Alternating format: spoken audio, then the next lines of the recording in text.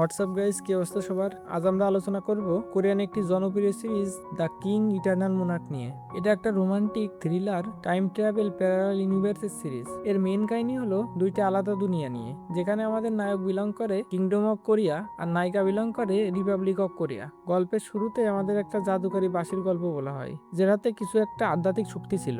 যার কাছে বাঁশি থাকবে সেই দুনিয়ায় রাজ করতে পারবে, মানে এর মাধ্যমে সে টাইম ট্রাভেল করতে পারবে এবং সেখানে যে কোনো কিছু করতে পারবে। 1994 সালে কিংডম অফ কোরিয়ার রাজার কাছে এই বাসি ছিল, কিন্তু তার সৎ ভাই লিরিম চাইছিল সেটা তার কাছ থেকে নিয়ে নিজে রাজত্ব করবে। তো লিরিম তার কিছু সৈন্য নিয়ে রাজার সেই গুপ্ত ঘরে হামলা করে, যেখানে ওই বাসি আর রাজা স্বয়ং ছিল। তো সেখানে সে রাজাকে মেরে ফেলে আর বাসি নিয়ে চলে যাবে। তখনই সেখানে আমাদের নায়ক লিগন মানে লিরিমের ভাতিজা চলে আসে। সে এসে দেখে লিরিম তার বাবাকে মেরে ফেলেছে। তখন সে পাশ থেকে তরল উঠিয়ে লিরিমের দিকে মারে। তো লিরিম সেটা ঠেকাতে গিয়ে তার হাতে যে বাসি থাকে সে বাসিটা দুই ভাগ হয়ে যায়। এরপর ছোট্ট লিগন গার্ডদের বলে এই বেঈমান লিরিমকে আটক করো, কিন্তু সে জানতো না সেখানে যারা ছিল তারা সব লিরিমের পক্ষের লোক ছিল। তো একজন এসে লিগনের উপর বন্দুক তাক করে। লিরিম বলে, আরে দাঁড়াও, আমার ভাতিজাকে আমি নিয়ে যেতে পারবো। আর সে লিগনের গলায় ওই বাঁশির কাটা অংশ দিয়ে চেপে ধরে। তখনই সেখানে মাস্ক পরে একজন লোক চলে আসে আর সে সেখানে লিরিমের গার্ডদের মারতে শুরু করে। তো গার্ডরা যখন তাকে বলে আমাদের এখনই পালাতে হবে, নইলে আমরা এখান থেকে আর যেতে পারবো না। লিরিম তখন বাঁশির একটা অংশ নিয়ে সেখান থেকে চলে যায় আর বাঁশির অন্য অংশ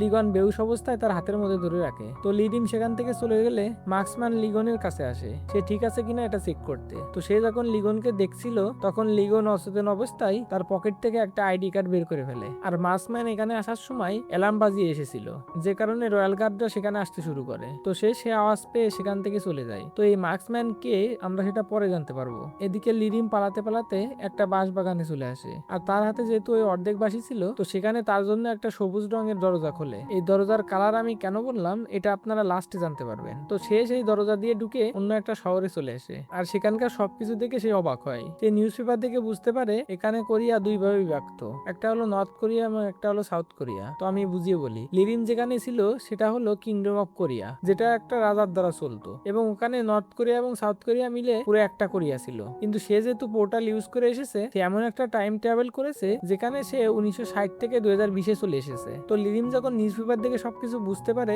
যে সে একটা অন্য দুনিয়ায় চলে এসেছে, তখনই সে তার বড় ভাই যাকে সে কেবল খুন করে আসলো তাকে সেখানে দেখে। সেও লিরিমকে দেখে অবাক হয়। আর এই দুনিয়াতেও তারা দুইজন দুই ভাই ছিল, মানে ওই কোরিয়ার দেশে যারা যে ক্যারেক্টারে ছিল তারা বেশিরভাগই লোকই সেম ক্যারেক্টারে এখানে আছে, কিন্তু তাদের পেশা হয়তো বা অন্যরকম। তো সে জানতে পারে যে এখানে যে লিরিম রয়েছে সে শারীরিকভাবে প্রতিবন্ধী। তো লিরিম এসব দেখে অনেক খুশি হয় যে এইটা তাইলে সেই দুনিয়া যেটার কথা সে বাঁশির গল্পে শুনেছিল, আর বাঁশির কাহিনীও সত্য তাইলে।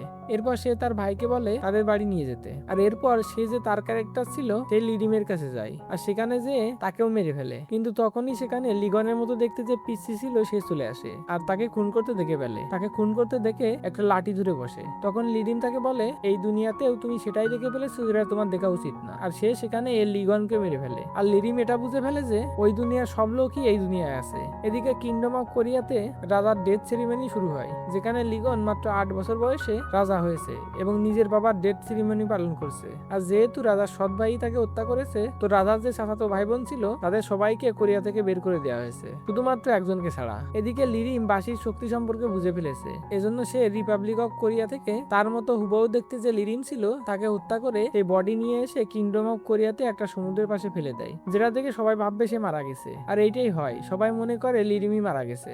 এদিকে লিগন তার বাবার মৃত্যুর শোক কাটিয়ে উঠতে পারছিল না, কারণ তার মাও বেঁচে ছিল না। তো সে যখন কান্না করছিল তখন জয়ং নামের একটা পিচ্চি তাকে শান্ত করার চেষ্টা করে। সে যেখানে যেখানে যাচ্ছিল সেও পিছু পিছু তাকে বিরক্ত করতে থাকে। অ্যাকচুয়ালি জয়ং হলো লিগনের বাবার যে গার্ড জেনারেল ছিল তার ছেলে, আর এই জেনারেল তার বাবার বন্ধুও ছিল। তো লিগনকে নর্মাল করার জন্য তাকে সেখানে আনা হয়, বাট লিগন রেগে গিয়ে জিজ্ঞেস করে তুমি বারবার প্রাসাদের ভিতর আসছো কেমনে, তুমি কে আর তোমার বাবা কে? জয়ং বলে আমি তোমার বাবার বন্ধুর ছেলে। এরপর লিগন তার বাবার মৃত্যুর সব রিচুয়াল পূরণ করে আর সেখানে বসে সে আবারও কান্না করতে থাকে। তখন লিগনের দাইমা তাকে সান্ত্বনা দেয়। দাইমা মানে হলো এমন মহিলা যে বাচ্চা জন্মের সময় তার মার সাথে থাকে। তো লিগনের যেহেতু কোনো দাদা দাদি মা বাবা কেউই বেঁচে ছিল না, সো এই দাইমাই তাকে দেখাশোনা করতো। তো তখন সেখানে আবারও জয়ং চলে আসে আর সেও তাকে কান্না করে দেখে নিজেও কান্না করতে থাকে। তখন লিগন উঠে গিয়ে একটা খেলনা তরোয়াল নিয়ে এসে বলে এই নাও, আর কান্না করতে হবে না, আজ থেকে তুমি আমার অটুট তলোয়ার, মানে তার পার্সোনাল বডিগার্ড। তো এখান থেকে তাদের দুজনের বন্ধুত্ব শুরু হয়। এদিকে সমুদ্রের পাড় থেকে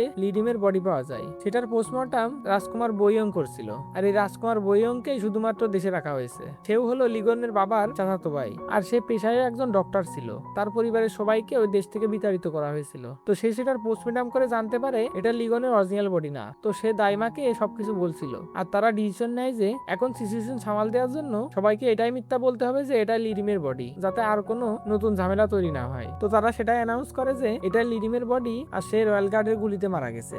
এদিকে লিরিম বিন্দাস ভাবে দুই দুনিয়াতে ঘুরছিল, আর সে তার সঙ্গীদেরও রিপাবলিক অফ কোরিয়াতে নিয়ে আসে। এরপর আমাদের 25 বছর পর দেখানো হয়, যেখানে লিগন বড় হয়ে গেছে আর সে হর্স রাইডিং করার জন্য রেডি হচ্ছিল। তখন তার ডিজাইনার তার গায়ে টাচ করতে যাবে, তখন এমনি জয়ং তার হাত ধরে ফেলে, আর সে বলে তুমি জানো না রাজা সাহেবের অন্য কারোর টাচ পছন্দ না। তো যাওয়ার আগে লিগন তার ঘরে যায় আর দেখে দাইমা তার ঘরে কিছু টোটকা রাখছিল, যাতে লিগন একটা রানীকে খুঁজে পায়। বাট সে সেটা দেখে ফেলে আর সবগুলো বের করে সব ডাস্টবিনে ফেলে দেয়, আর দাইমাকে বলে এগুলো দিয়ে কিছু হবে না, যখন তাকে পাওয়ার এমনি পেয়ে যাব, আর তুমি যেন আমার ঘরে আর কোনো সময় সব না করো, আর আমার এখন বিয়ে করারও কোনো ইন্টারেস্ট নাই। তো সে সেখান থেকে চলে যাওয়ার পর দাইমা আবার সেগুলো নিয়ে আবার ঘরের ভিতরে রাখতে শুরু করে। তো লিগন ঘোড়া চালানো শেষ করে, তখন সেখানে তার সাথে দেখা করতে কিংডম অফ কোরিয়ার প্রাইম মিনিস্টার কু সুইয়ং আসে। কারণ এখানকার নিয়ম হলো প্রাইম মিনিস্টার প্রতি সপ্তাহে তার কাজের আপডেট রাজাকে দেবে, বাট প্রাইম মিনিস্টার কু রাজাকে বিয়ে করার স্বপ্ন থাকতো। তো এই জন্য সে রাজার পিছু পিছু বেড়াতো, আর এই কারণেই সে এখানে চলে এসেছে। তো এখানে এসে সে রাজার অনেক ক্লোজ হয়ে কিছু ফটো তোলে, যাতে সবাই গসিপ করতে থাকে যে সে আর রাজা রিলেশনে আছে। এদিকে দাইমা লিগনকে বিভিন্নভাবে বলার চেষ্টা করে যে তোমার এখন বিয়ে করা দরকার, বাট সে বলে আমার এখন কোনো ইন্টারেস্ট নেই। এরপর লিগন একটা সুইমিং কম্পিটিশনে যায়। তো সেখানে অনেক লোক ছিল, আর সেখানে আমরা র্যাবিটের হুডি পরা একটা মেয়েকে দেখি, যার পিছনে কিছু গুন্ডা লেগেছিল। এদিকে লিগন কম্পিটিশনে ফার্স্ট হয়। তো তারা সবাই সেখানে সেলিব্রেট করছিল, তখন ওই গুন্ডাগুলো ওই মেয়েকে খুঁজে না পেয়ে সেখানে বন্দুক বের করে ফায়ার করে, আর জোরে চিৎকার করে বলে তুমি এখনই বেরিয়ে আসো। বাট তারা যেহেতু লিগনের ওখানে গেছিল, তো রয়্যাল গার্ডরা তাদেরকে ঘিরে ধরে আর তাদের অ্যারেস্ট করে নেয়। আর জয়ংও লিগনকে প্রোটেক্ট করছিল।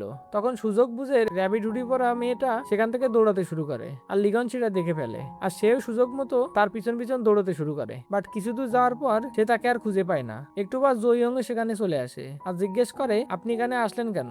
লিগন বলে আমি ওই হুডিওয়ালা মেয়েটাকে দেখেছি। বাট জয়ং কিছু বুঝতে পারে না। তো রাজপ্রাসাদে আসার পর জয়ং আবারও জিজ্ঞেস করে, তখন লিগন বলে আমি ভেবেছিলাম ওই হুডি পরা মেয়েটা ওই মিস্টিরিয়াস মেয়েটাই, যে আমাকে 25 বছর আগে বাঁচিয়েছিল। কারণ লিগন 25 বছর ধরে ওই মার্কসম্যানকে খুঁজছে, যার কাছ থেকে সে ওই আইডিটা পেয়েছিল। আর আমরা দেখি এটা একটা লেডি পুলিশের আইডি কার্ড। তো মেয়েটা আসলে কে, 25 বছর আগে লিগনকে কে বাঁচিয়েছিল, আর বাঁচালে বা কেমনি সে সেখানে এসেছিল। তো এইসব জানতে হলে নেক্সট এপিসোডের জন্য অপেক্ষা করতে হবে। তো এপিসোডটা ভালো লাগলে লাইক, কমেন্ট এবং শেয়ার করবেন, আর চ্যানেলটা অবশ্যই সাবস্ক্রাইব করবেন। ভালো থাকবেন, সুস্থ থাকবেন, আল্লাহ হাফেজ।